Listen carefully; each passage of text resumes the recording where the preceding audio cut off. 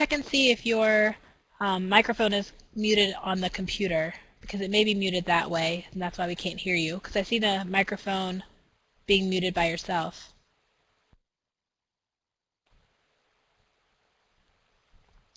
I'm going to need to get started here.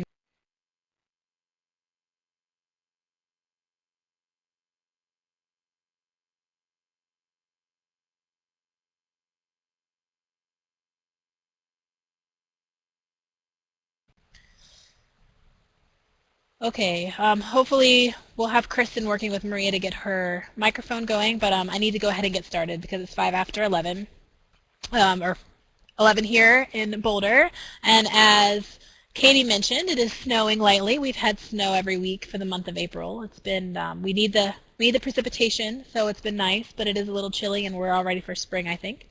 But just a few technical notes again. If you have any problems, you can email us at climatecampaign@globe.gov, and we can try to help you out with that. If you lose connection, just try to come back.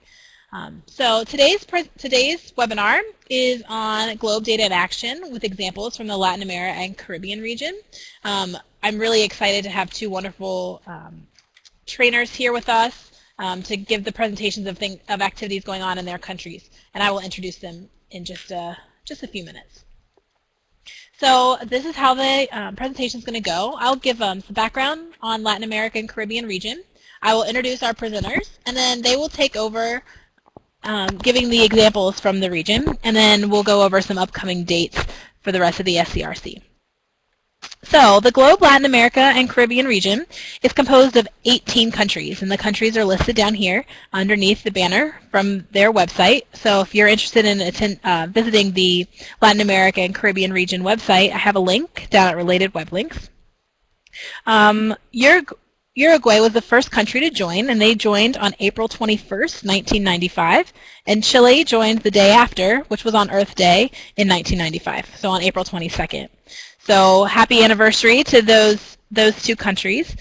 Paraguay was the last, and they joined in October of 2000. The region is represented on the Globe International Advisory Committee by Andrea Ventoso from Uruguay. Maria Lorraine de Ruiz Alma, who's one of our presenters today, represents the region on the Education Advisory Committee, and the regional help desk for the region is in Argentina. So the region has over 350 active teachers, and those teachers have reached over 8,800 students. This region also has entered over 790 million data points, and they've been very active throughout the Student Climate Research Campaign. They've participated in all of our competitions and have been entering in data in our intensive observing periods, as well as participating in the climate activities that we have online.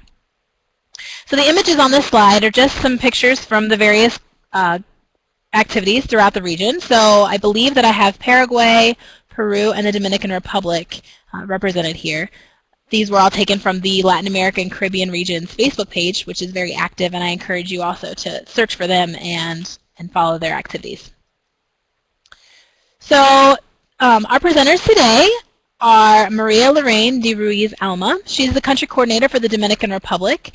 She also has two teachers with her, Roberta and Betty, and they will be coming up second. And first, we're going to have Claudia Caro, a teacher at UNAM down in Peru.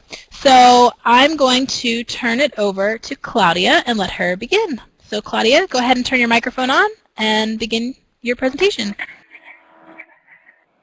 Okay, thank you very much. Good morning. I'm Claudia Caro from Peru, and thank you to invite me to this webinar, and thank you everybody to participate today in it. So I'm going to present you a collaborative project entitled Developing Awareness About Impacts on Land Cover Produced by ENSO Phenomena and Human Activities. Okay.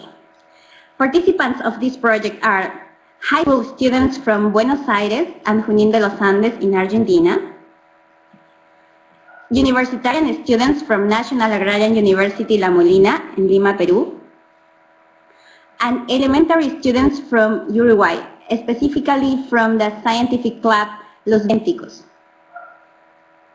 This project began with the idea to share some knowledge, some experiences, some methodologies between 3 top master trainers in land cover and also globe teachers.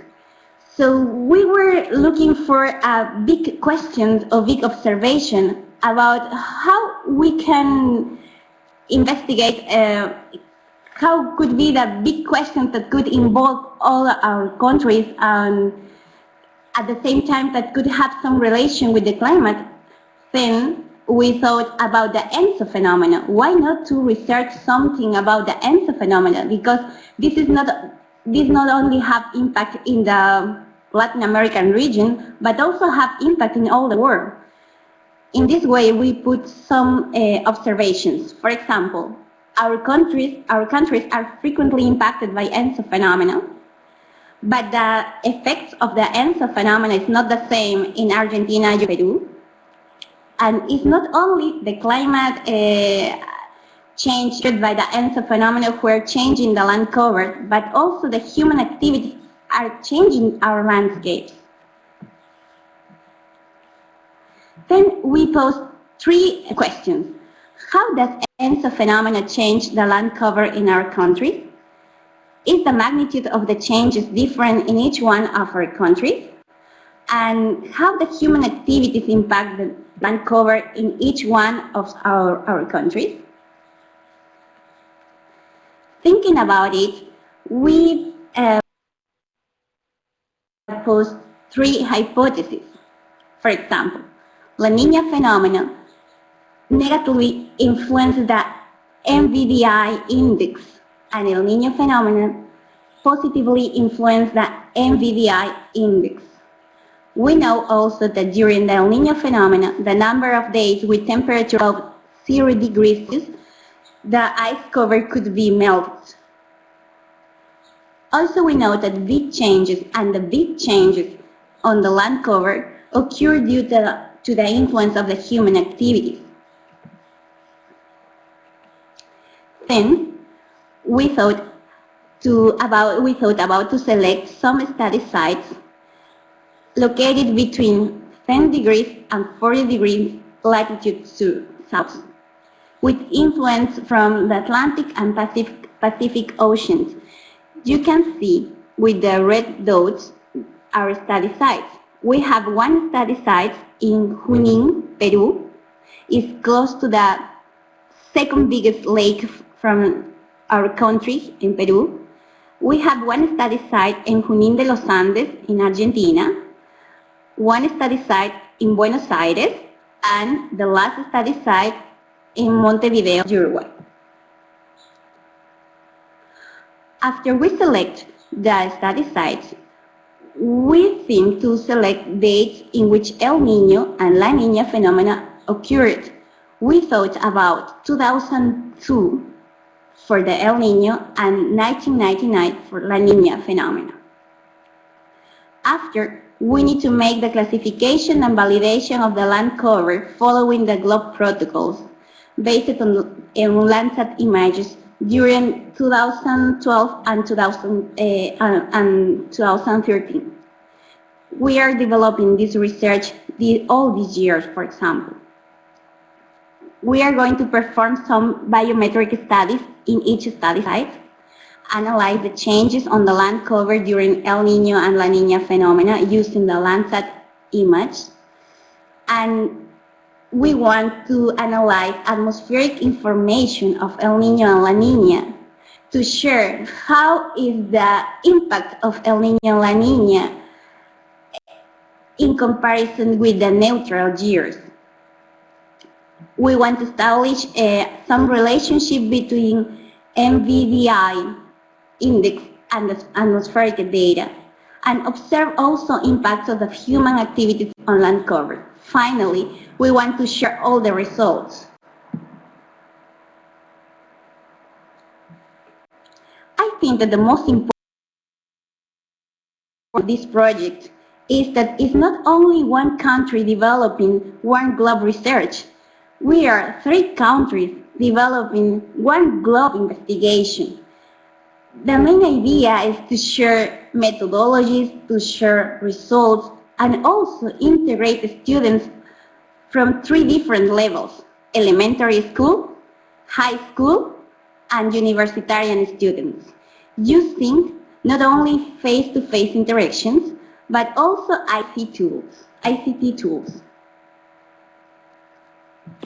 Fortunately, we have the help of scientists from different places in the world. For example, we have the support of the biologist Vasco Manuel Mantas, an expert in the interpretation of satellite images from the University of Coimbra in Portugal, who joined to us to further support students and teachers in the process of scientific interpretation of the images that we are going to use during this research.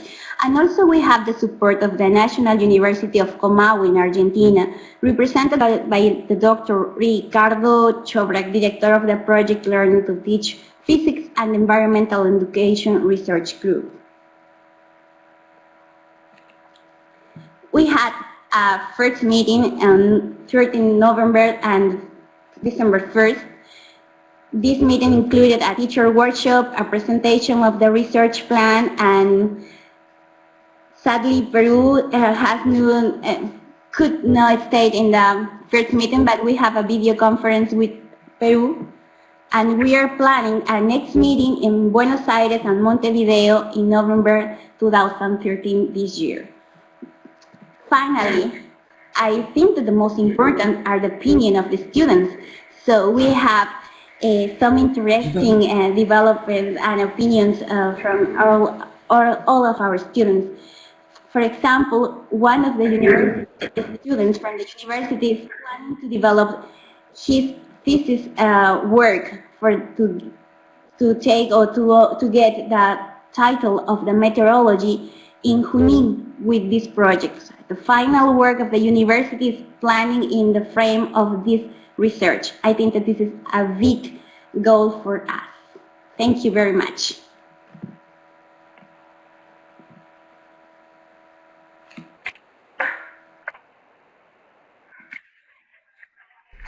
Thank you, Claudia. Do we have any questions for Claudia? We'll pause here for a moment. And I did hear Maria's microphone come on, so that's good news. And I'll move you back up, Maria.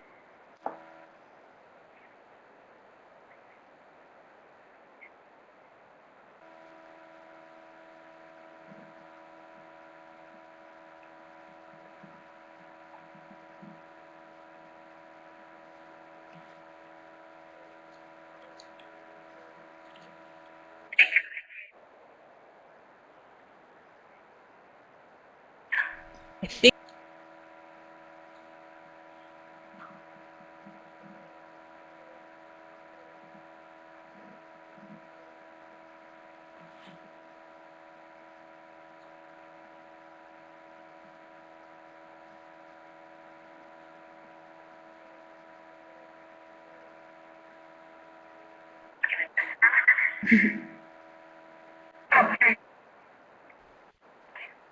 Let's give it just another minute. Thank you, Marta. I think it could be. We don't know exactly what is happening with the ENSO. So Peru is one of the countries, or I think that is the country that is more affected by the ENSO phenomena. But we don't know exactly how are the changes on the landscape about considering this phenomena. This is the big question of our researching. But I think that the ENSO, plus the climate change, definitely are affecting all our countries, all our landscapes, and maybe our lifestyles also. We want to answer these kinds of questions with our researching.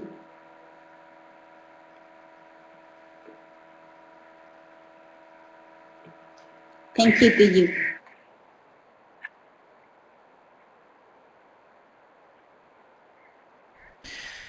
Okay.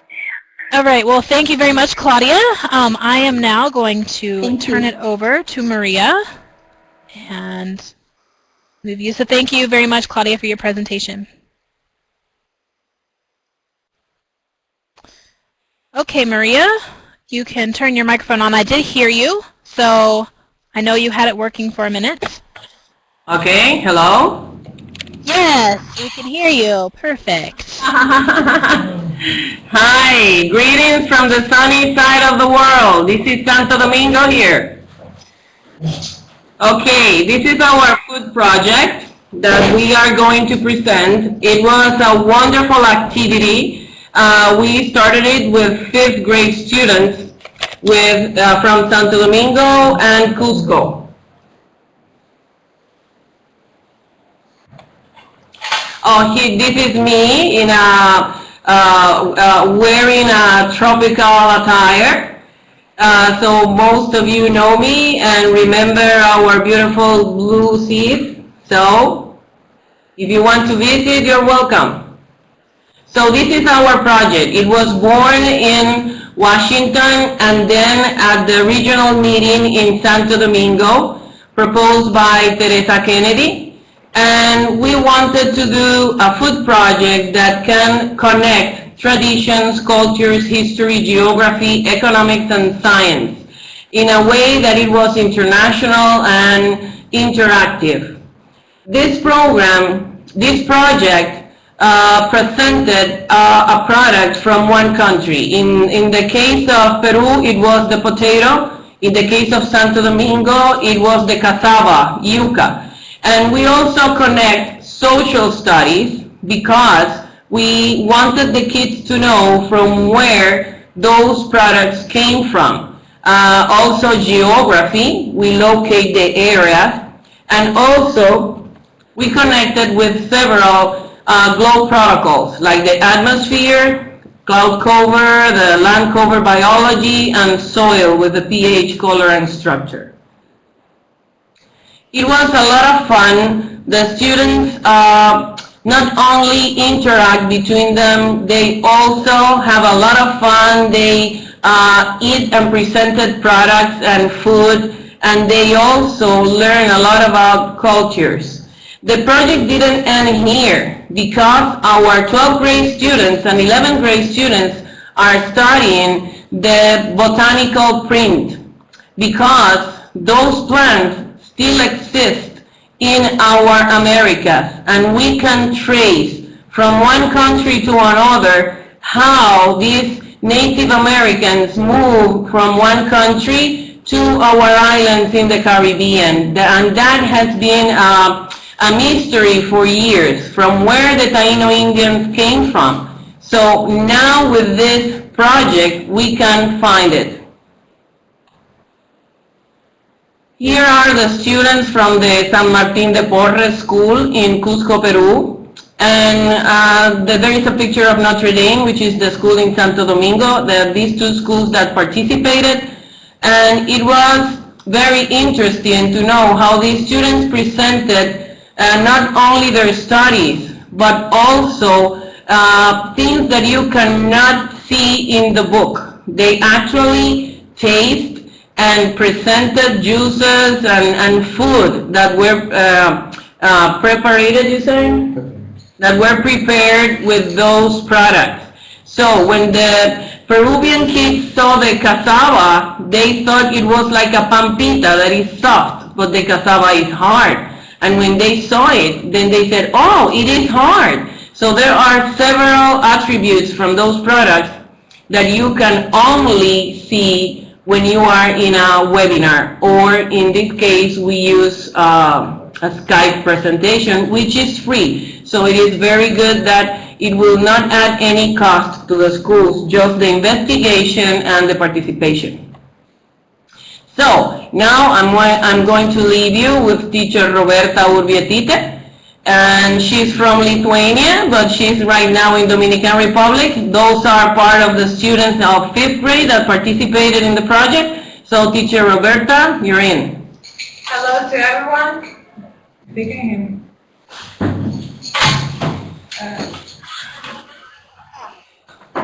Okay. So we were invited to the project by Miss Maria and Claudia. Me and my colleague Ms. Betty joined together to to teach kids in a totally different way from what they have every single day in the classes. No textbook, just more interaction. So we met on November 16, 2012. Elementary schools from our country, Dominican Republic and Peru, exchange cultural and educational information about local vegetation during a live conference online.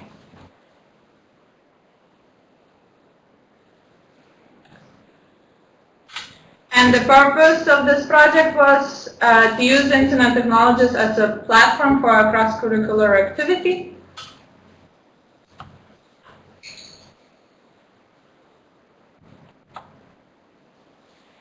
So today, me and Betty, we want to review our most memorable moments, share our experience and knowledge, and hopefully it will encourage innovation and interactive collaboration in the future with the new schools. Ms. Betty is going to explain how was this activity cross-curricular.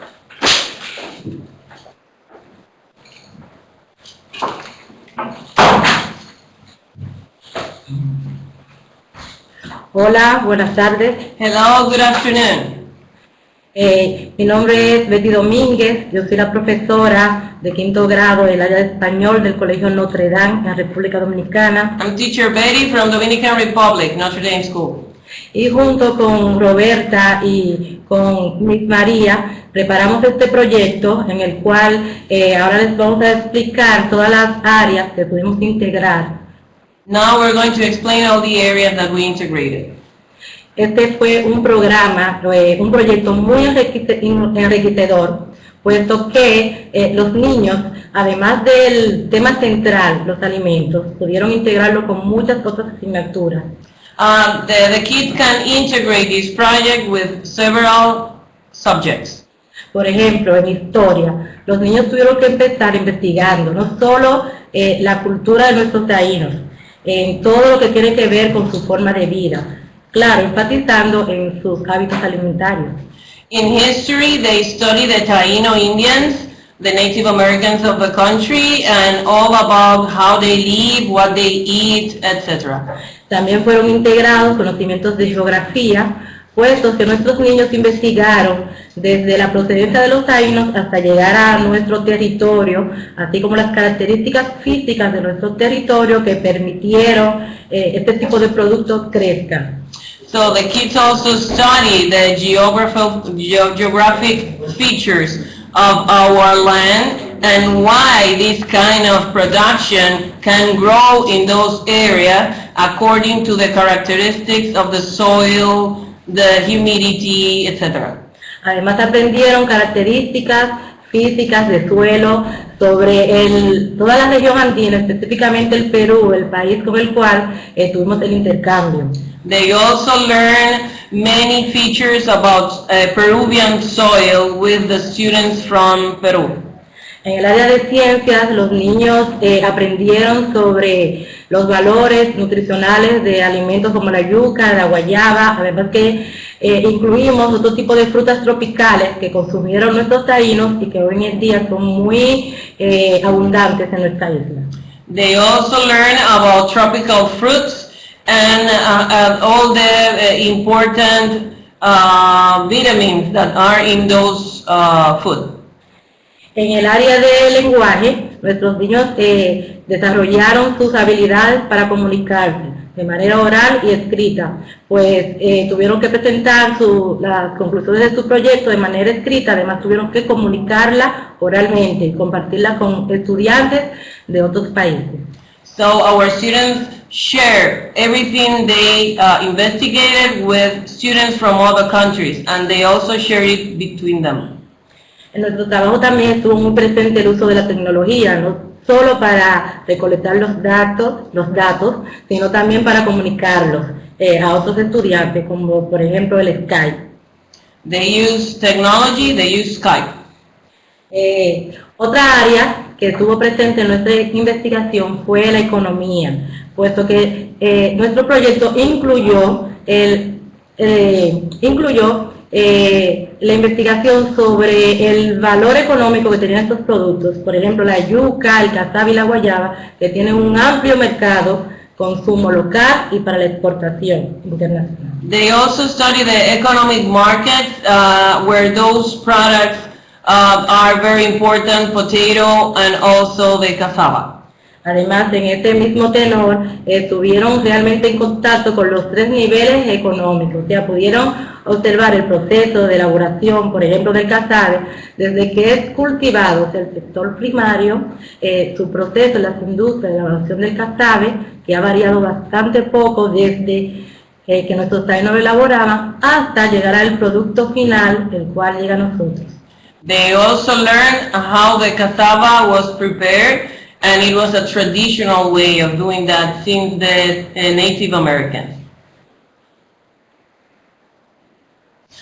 So now I want to talk about other benefits of this project, and I really want to encourage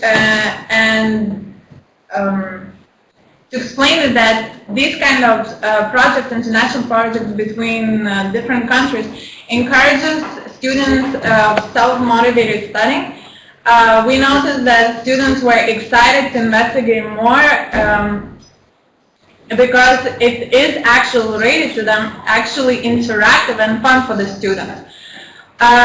This project also encourages social relationships. It encourages students making a new connection to interact with the students from abroad, and not mention the manufacturers of the project meeting new people who were making the cassava bread.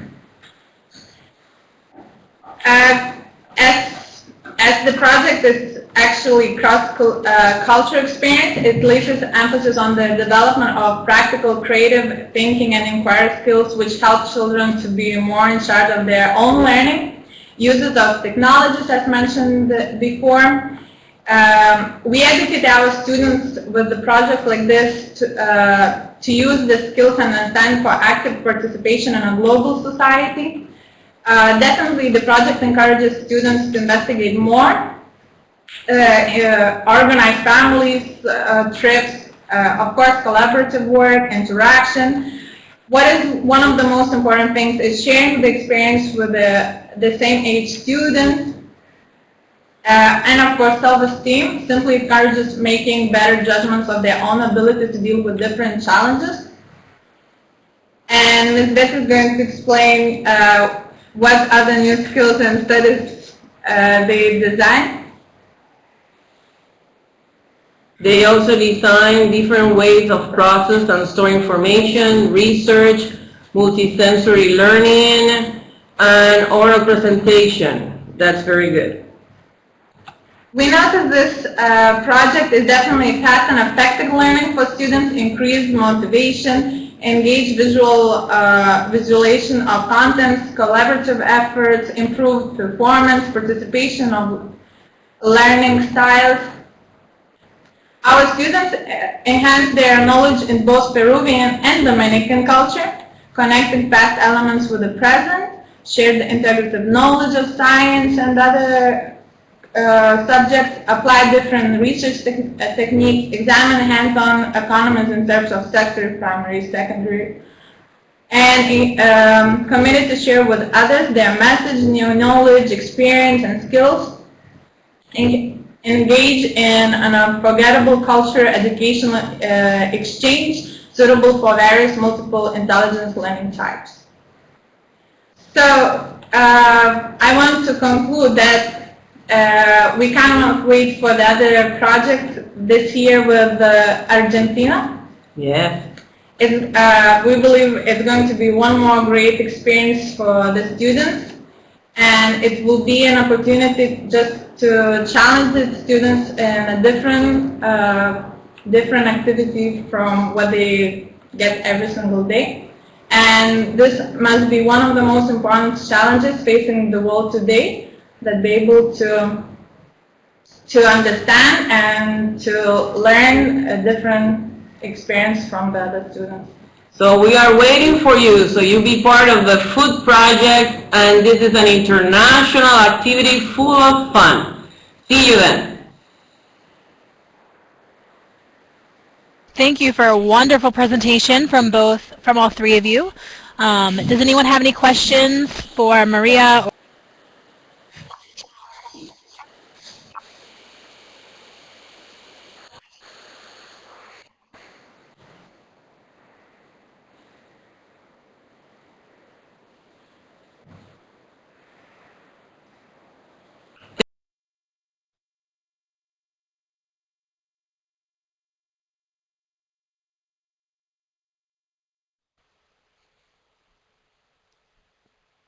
Okay, just wait just a couple more minutes.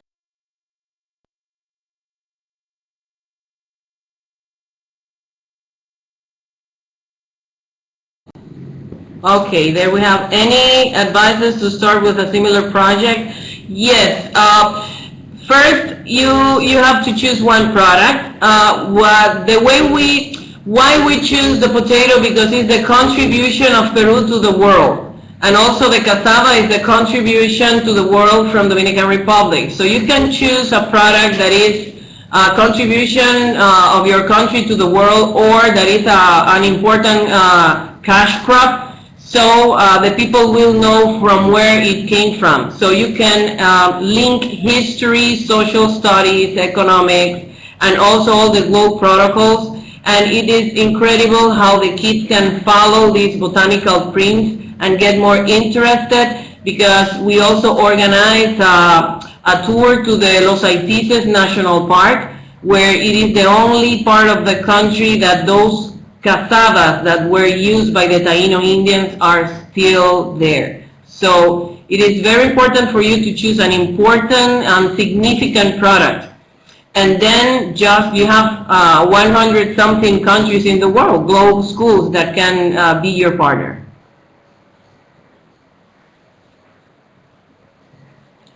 Yes, if it is possible to write some guide to develop similar projects, oh yes, we promise, Roberta? Yes. And Betty? Yes, we promise that we will write the guide so you can do it.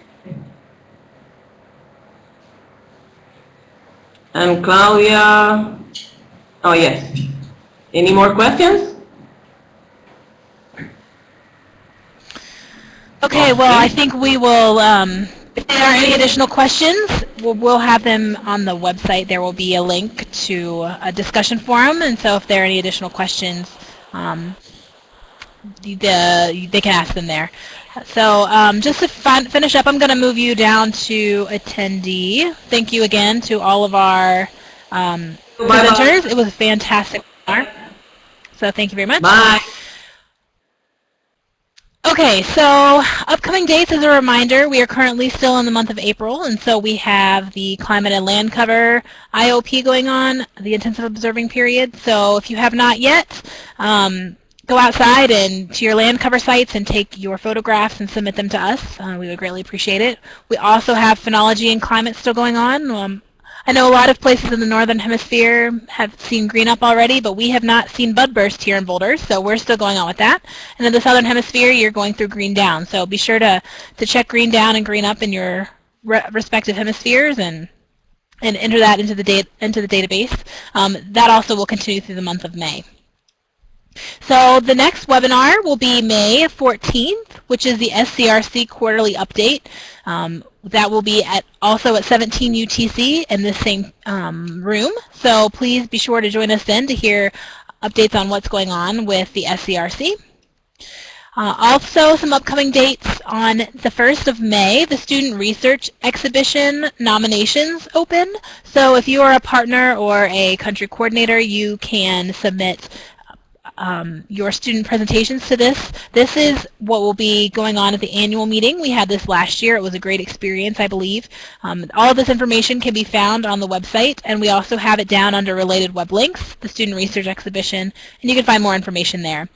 Starting on the 6th of May, so in a little bit over a week and a half now, almost 2 weeks, the Globe Virtual Student Conference will open, and we encourage you all to go and look at the wonderful student presentations that will be put up online and comment on those. The students have worked really hard, and I know they would love for feedback. The winners of the virtual conference will be announced on the 10th of August, so stay tuned to the website as well as the Facebook page for that information.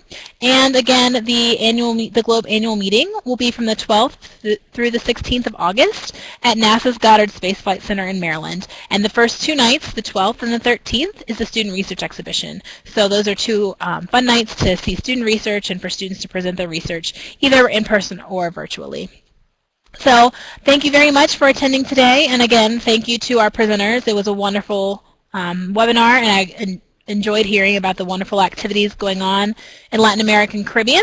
If you have any comments or questions, we will be posting this webinar on the discussion forums for the SCRC, so please go there and leave some questions or comments for our presenters or just for the SCRC in general. And the webinar should be up on the web later this